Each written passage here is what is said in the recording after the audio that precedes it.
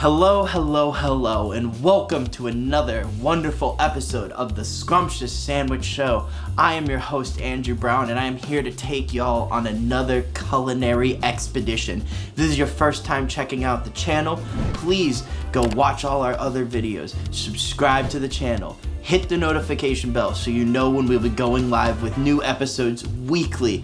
Follow us on all our social medias. Make sure we get good engagement here. We need your advice and support. I truly do love it for you. But without further ado, I'm gonna get into what we will be making today, which is a delicious Bocadillo sandwich, which is a Spanish-inspired and legendary historical piece of food. So I'm super excited. Without further ado, let's get right to it. Alright, so just to get into a little bit of the backstory behind this iconic sandwich, it actually has origins in Spain in the 1970s in a region called Andalusia, which is actually where a lot of people think of iconic Spanish locations and cuisines and cultural things such as bullfighting and many other different stuff. But it's actually its own autonomous region. It has a very different culture than much of the rest of Spain is. Specifically, what we're looking at is Seville, where this type of bocadillo was invented. Now, the bocadillo is a very famous sandwich throughout Spain, but this particular kind, the Serenito, was made by our good friend right here. His name will be right below as well. And he created this type of delicious sandwich in order to have his brand new restaurant have its own iconic tapa to compete with all the other regional ones. And people loved it so much that it blew up into its own restaurant chain, and by the 1980s, this was an iconic sandwich of the region and an absolute must-have if you go there. It also comes with an awesome dipping side called Mojo Picone, which is what we're gonna get right into making right now. So let me grab those ingredients. Alright, now I'm going to get into making my Mojo Picone. I've started out here with my mortar and pestle, and in it I've just put some paprika and some ground cumin. Now, what I'm gonna do to begin it, because this is kind of like a dipping sauce it's gonna be for our sandwich. It's a nice, got a good kick, and it's really gonna complement all the flavors that are going along in our sandwich. So what we're gonna do here is just take some garlic that I've gotten minced up, throw that in there, and take some spicy hot green peppers. Throw those in there as well. And then just begin mashing. Begin mashing it all together. And it might take a little bit, and it's definitely gonna require some elbow grease. But you're just gonna wanna mash it until you get it into more of a paste-like substance, as opposed to the hard form that it's in right now. So we're gonna check back in after we get it more mashed up here. Okay. Now that I've been crushing this up and I got it into a good, you can see it almost here, I think, good like paste-like consistency, I'm just gonna take some red wine vinegar and drizzle it right in here. Give it a little bit more of a crush just to start mixing it all in with everybody, get it all familiar. And then we're gonna start the emulsion process. So what you're gonna wanna have is some olive oil off to the side. And you're just gonna pour a little in and then start mashing. Again, you're gonna keep repeating this process. Don't just pour all of the olive oil in. Have some patience, take some time, and start mixing it. Once you start getting all the olive oil incorporated in, you're gonna add some more, and just keep doing this until you end up with more of a sauce-like consistency as opposed to that paste one that you had earlier. So I'm just gonna keep on repeating that process until we've got our dipping sauce.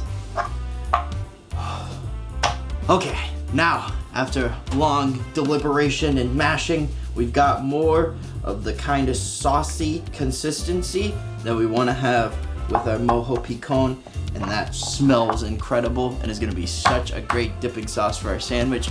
So the next thing we're gonna do is get the peppers, get the meats together, and then fry them up, and then get them on our sandwich. So let me grab those ingredients real quick.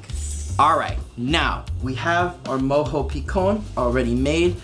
I've got over here a frying pan with some olive oil in it at about medium heat. Now it's starting to get nice and slippery, and we're gonna be able to start frying up our meats here real quick. Now, This is gonna be a pan fry. It's not a deep fry or anything like that, but it still is gonna have some amazing taste. We've got some pork loin here and some already pre-cured ham, courtesy of pasturetoplate.ca. I wanna thank them again for providing this awesome meat. It is so good and it's sustainably sourced, so you know that you're both supporting a good cause and tasting some delicious meats. Please check them out below. You can order anywhere from British Columbia and they will ship right to you. pasturetoplate.ca. We got all their information down in the description. But without further ado, since this is already ham, it is already cooked, we're just gonna sear it a little along with these peppers here. But first, we wanna make sure we fully cook our raw pork loin. So that is the first guy I'm going to introduce right into here. And let them get to frying up, and we'll see you once that's done and fried. All right, now that we've done cooking everything, we've got our cooked up pork loins here, all fried up and good. We've got our seared ham and seared peppers. I also cut up some tomato, so we're gonna get right into the assembly phase of this sandwich.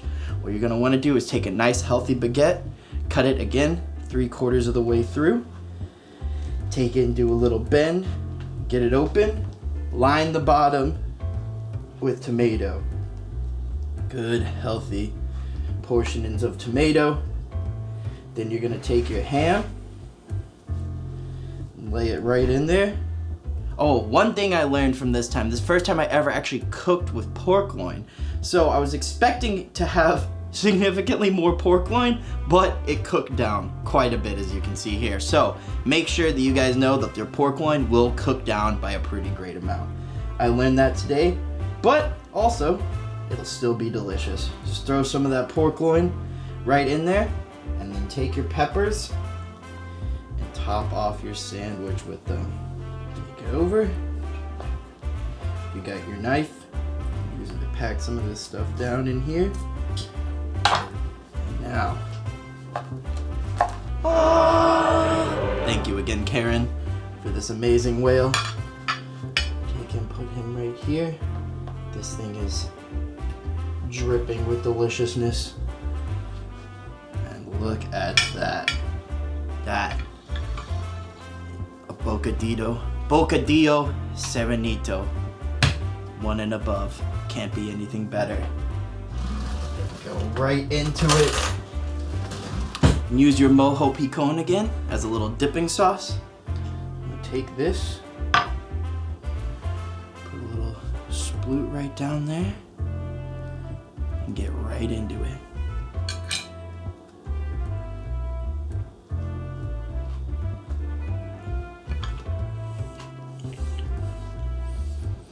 Whoa. That's incredible. The Mojo Picone and the peppers give it a nice vinegary, almost fermented flavor. And the meats and the tomato, it's so fresh and so seared and delicious. Oh my God, I highly recommend this one. This was top 3 all-time favorites of anything I've ever made here.